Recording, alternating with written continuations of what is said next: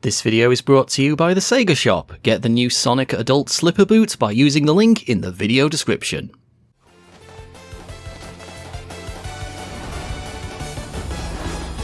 Oh yes! Sonic Origins continues the time-honoured tradition of Sonic 1 emerging from its cave every 5 years to grace us with another new release. Collecting Sonic 1, 2, CD, 3 and Knuckles, Sonic Origins finally does what should have been done 10 years ago, put the Android and iOS versions of the classic games onto consoles and PC, without the need to jump through various hoops and emulators just to get that joypad couch experience. Oh, PlayStation Vita, I still love you. And you absolutely don't need anyone to tell you if these games are any good or not, because you already know if these games are good or not, so how should we go about reviewing this? So, since Sega gave me a code for the game with less than 24 hours before their review embargo lifts, I've got to make this quick and get to the point. So, I think we should approach this by looking at what Origins does differently or brings as extra compared to previous releases. So, let's go! Each game in the collection has been given a new animated opening and ending, and they're at the same charm and standard as Mania Adventures and Team Sonic Racing Overdrive. To put it simply, they're all wonderful. Each one is very well made, and some of them actually deepen the lore of the Sonic series. Sonic 2's intro, for instance, is going to go down as an utter classic. And I would love to show you the new animations in full, but Sega said, if you do that, we will come round to your house and batter you to death with our pets bricks. So, no, I'm not going to show you the animations in full, but trust me on this, when the Sonic 2 intro animation hits the internet, the fandom is going to explode, and their remains, they're just going to be orbiting the moon for weeks. And Sega, I think, knows where I live, and some of those guys are quite scary, and yeah, I really don't want to fuck with them. Oh, go on then, just have one frame from it really quickly. No one will know! And now I'm dead. But even Sonic CD, it's raised enough money, gone to the hospital, and Dr. Artificial Intelligence has stepped in and upscaled its face. So the obvious punchline to this joke would be to now say in kind of a shock horror voice, "Oh, Doctor, you've done it again!" And the thing is, it looks really, really good. AI upscaling tends to be very hit and miss, especially with a lot of older animation, but Sonic CDs is a stellar job. I don't want to do that cliche thing of saying the animations are so good, you might as well just buy the game for them, but when the animations are this good, you might want to seriously consider it. And whilst the animations are really nice, you're going to stay for the games themselves. So, are these ports of these old games from 2011 any good? Yeah, so these games are pretty much flawless, and to be honest, why wouldn't they be? It's not that surprising. They're essentially the Taxman version, which we received 10 years ago, and they're essentially the Taxman and Stealth versions of these classic games, which we got 10 years ago. They were considered pretty flawless back then, and they've not lost anything in the transition to this new collection, so that's good. In fact, they actually bring some new tricks to the party. One such example is the drop dash, which is popularized in Sonic Mania, is now available in every game on this collection, and it's fine. It doesn't wreck the games, it doesn't ruin it. If anything, it's just a new tool or ability for you to use to try and get the most out of this experience. It's a really nice little inclusion. Of course, there's also mirror mode, which Sega have been really promoting lately, but something that I discovered, which I didn't know was in the game, which I think might influence your decision to get it, is there's actually some secret options in them for each of the individual games. For example, if you use the level select code for Sonic 1, you can actually turn off the speed cap, and I've heard there's a few other surprises in a couple of the other games too. But the biggest upgrade by far has to be the inclusion of Sonic 3 and Knuckles, brought up to modern day standards. So, what's it like? It really is amazing. This is very special. Aside from finally being widescreen out of the box, Sonic 3 and Knuckles runs amazingly smooth. Controls just feel far more responsive. Seriously, once you get to Doomsday Zone and feel how good Sonic controls in flight compared to past editions of the game, it really is on another level. And another interesting change, I think they may have made the level select code easier to do. Unfortunately, Sonic 3 and Knuckles has come with one major compromise, that being several of the soundtracks have had to change due to licensing reasons. Whilst the new tracks are not bad, I think they will make or break as to whether you actually like this version or not, because I don't prefer them as much, but it's not a case of saying, oh, I think the other tracks are better music or sound better. It's that the new tracks fundamentally change the overall tone and the feeling I get when I play those stages. The best example I can give here is Ice Cap. Ice Cap's music has always had this feeling of barren emptiness, with sounds of snow and ice zipping past you. You really feel how harsh and cold this environment is. The way the music complements the visuals, it helps emphasize this feeling of isolation. You're exploring this vast ice landscape that wants you dead. No one's coming to help you. You're on your own. You're cold and afraid. And the music just helps encapsulate that feeling so well. When you play this game and listen to the original soundtrack, you actually feel the cold. The new track doesn't do this. This is something that I think would be better in a much later video that goes much more deeper into the design and decisions of Sonic Origins, but the new tracks don't really capture that same feeling or emotional connection that you get from the stage. It really does change the tone, and it leaves you feeling somewhat different towards the stage that you just played. Ice Cap is one of my favourite stages in Sonic 3, but I left the Origins version feeling slightly different to how I usually do. And it's the same with Carnival Night. Gone is the feeling of you being in a mad circus run by a madman. The new track doesn't give you that feeling. It feels more like a theme park now than it does a circus. Some people might prefer that, but I did like the idea of it being a mad circus. And again, I must stress, the new tracks are not bad. I actually like them and I think they'd be really good fit for some stages, but in this instance, I definitely prefer most of the original release ones. But Sonic 3 and Knuckles isn't the only surprise in this game. Blue Spheres is here, and that's been updated for modern standards too! Yay! Whichever one of you was asking for this, your dreams have come true! Blue Spheres mode is now a standalone experience, and there's even Origin-specific mazes to complete. And they've even added some new spheres with different effects. You've got a purple one which teleports you to a random part of the map, and there's even a green sphere. When you collect this one, it changes colour to blue and you have to collect it again. Yeah. It just became doubly hard to complete Blue Spheres. But as cool as these new features and additions are, there are a couple of omissions and a few design choices which just a little bit puzzled by. Sonic Origins has a time trial system, and on the surface, it's fantastic. You can select any stage from any game in the entire collection, and it loads almost instantly, and your attempt begins. It's fantastic. There's no loading separate games, just go to one menu, select the stage, and away you go. This is brilliant!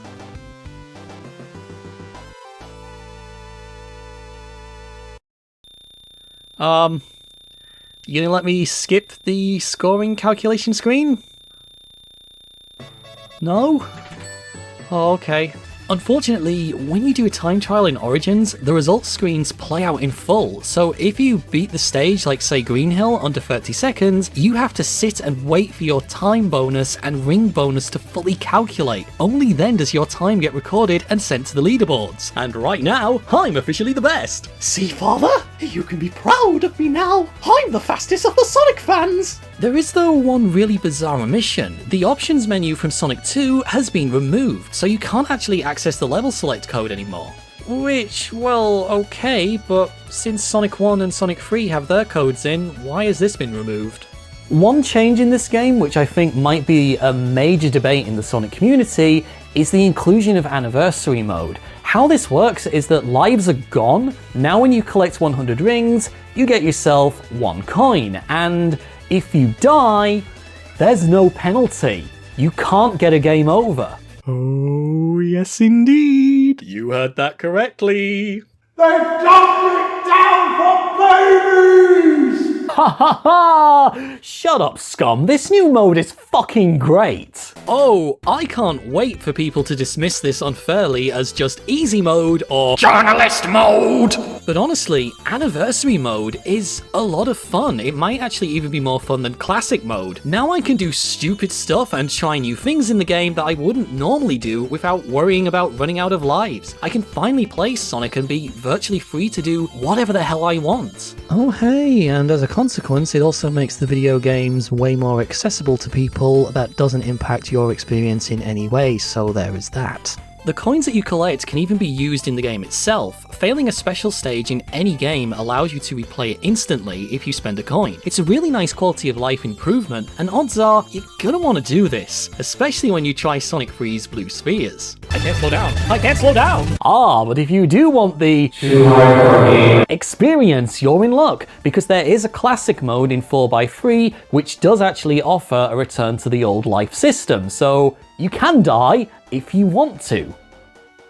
That sounded weird to say. Unfortunately though, there doesn't seem to be a way to mix and match these modes. For example, I can't collect coins in the classic 4x3 version, and I also can't get the classic life system in the widescreen anniversary mode, which seems like a major oversight. I really hope that this gets updated in a future patch, because maybe I want to have the classic life system, but also play the game in widescreen. I really don't understand why I'm limited to one mode or the other. Regardless of what your thoughts are on the anniversary mode, you're gonna want to play it anyway, because the coins that you collect in that game, they're actually used to unlock content in the museum, and oh boy, the museum is fucking awesome. For example, there's content from the recent Sonic style guides and even the style guides from the 90s. This material is usually never released to the public, and they even have the cover artworks from the 90s Sega employee newsletters. The stuff you would expect, like concept artwork and sketches, but I have to say, someone really did their research. For one thing, the Japanese Sonic manga family is here, and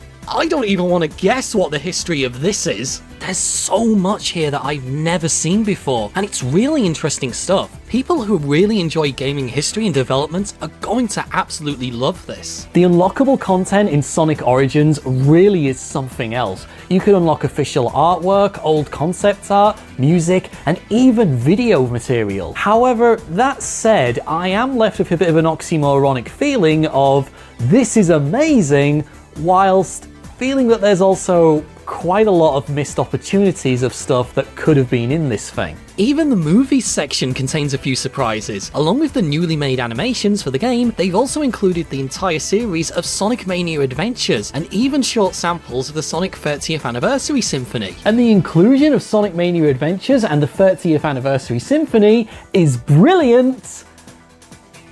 But what's the point? This is a digital download title. If you can access this game, you can access the Symphony in full and Sonic Mania Adventures already online. Maybe we should have included something that we've not seen before. The music section of the museum also has a similar issue. It has loads of tracks, and initially it looks like loads of content. There's even stuff from Sonic Generations and Knuckles Chaotix. It feels like you're getting loads of stuff, but you're limited to listening to these tracks in the museum, so the novelty of this quickly fades.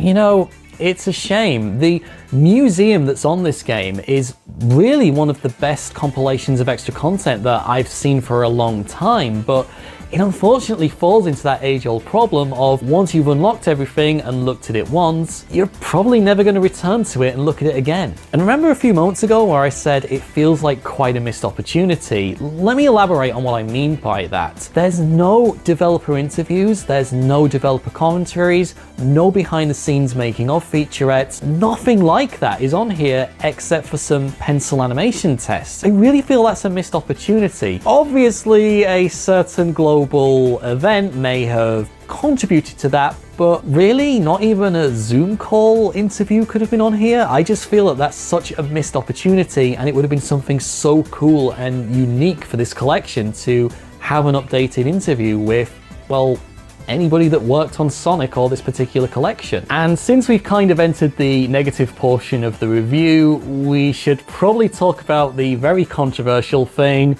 the Deluxe Edition. So this game has two versions. There's the standard version and the Deluxe Edition, and the Deluxe Edition is going to become DLC in the future. Unfortunately, having received the Deluxe Edition extra content, I actually think this was quite a mistake to paywall all this. I think it has ultimately harmed the product in the long run for people that only have the basic version of the game, and let me explain what I mean by that. Let me be very clear with this statement.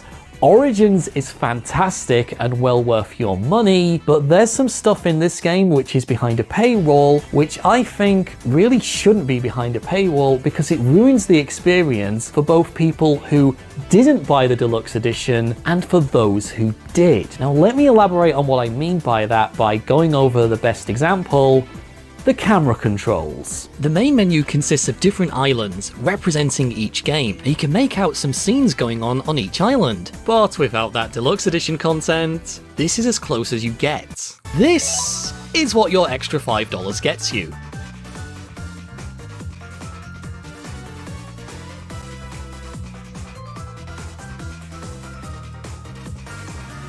Well, that was it. Did you enjoy it? Okay, the digital content also includes some music and some new missions, but everything else that you get in the Deluxe Edition does not stand out in any significant way. It assimilates so much into the base game, I can't tell you what it actually is. The only thing that is significant enough that stands out is the ability to zoom in on the islands. I know that some people out there are probably now thinking, you're making way too big a deal of this, it's just camera controls, but here's the thing, zooming in on the islands is actually quite a lot of fun. There's all these little subtle character interactions that are going on them, but you can't see them with the base game. For example, on the Sonic 3 island, there's this Badnik that's constantly throwing mushrooms at Sonic, and at one point, Sonic turns and looks at him, and he looks genuinely annoyed as if he's gonna go for him. On this one, Eggman will actually peek out from behind the tower and wave at you. Oh, wait a minute, he's not waving, he's mocking me by blowing kisses, the little devil. But another big thing, because you don't have camera controls in the base game, you can't see this. Yeah, that's Sky Sanctuary up there. And if you did pay the $5, you now have to look in the mirror and say, oh, I paid $5 for the ability to tilt the camera. Hey, Sonic fandom. Do you remember when Sonic Forces was coming out and they announced that Super Sonic would be paid for DLC? Well, this is pretty much the same thing. When I look at this, it legitimately feels like all that this DLC does is change the number 0 to 1 and, oh, Bob's your uncle's, here are my camera controls. Do you see now how nobody wins with this decision, yet it would have made the game so much more fun just to have left this in? So I really don't want to end on a negative because, like I said and have been saying, Origins is fantastic and it is well worth your time. So I'm going to finish on the one mode that I had the most fun with, and honestly I'm really surprised because when I saw this I thought, I'm going to hate this mode, I'm going to hate every second of it, and I ended up loving it. Mission mode. Mission mode is comprised of edited sections of different stages from each game, and each segment has its own unique challenge, like defeat a certain number of enemies and make it to the end of the stage under a specific time. Well, that doesn't sound too bad. I've been playing these games for 3 decades. How hard could it be?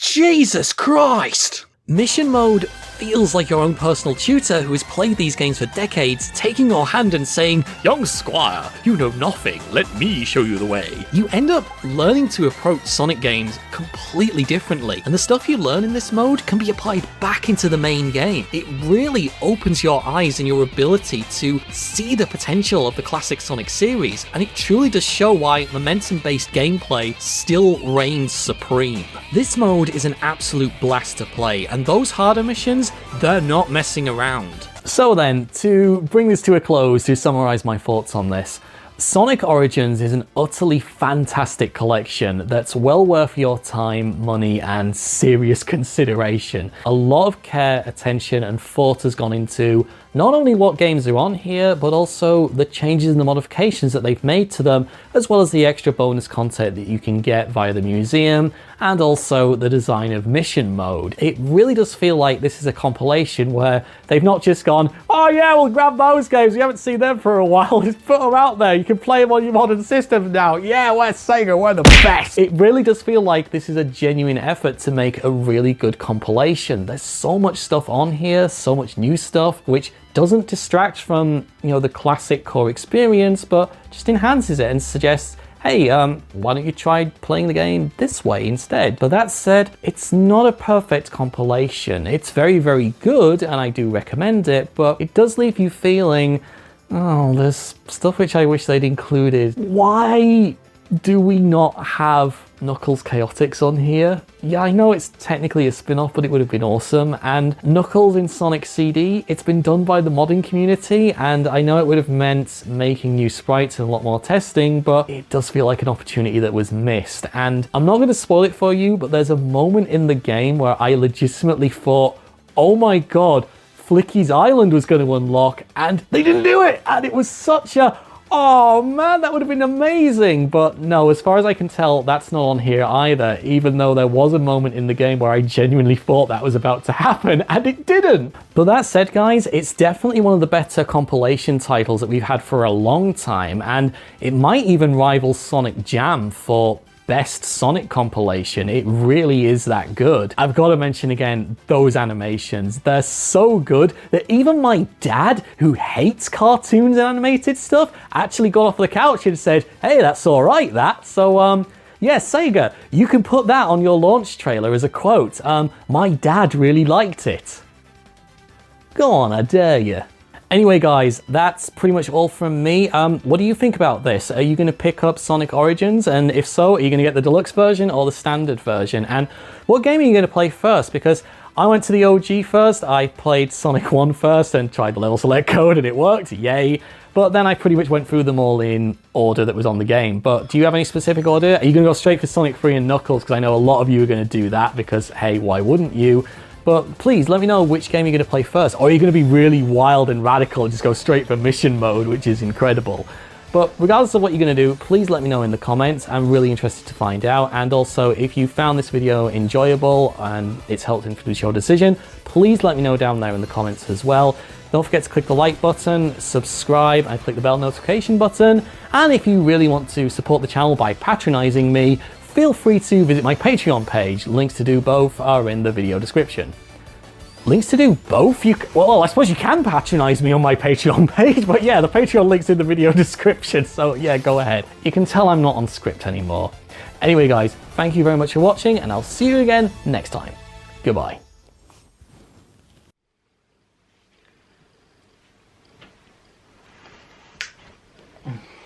Oh, God. The light fell over. Oh Christ, it's one of those days.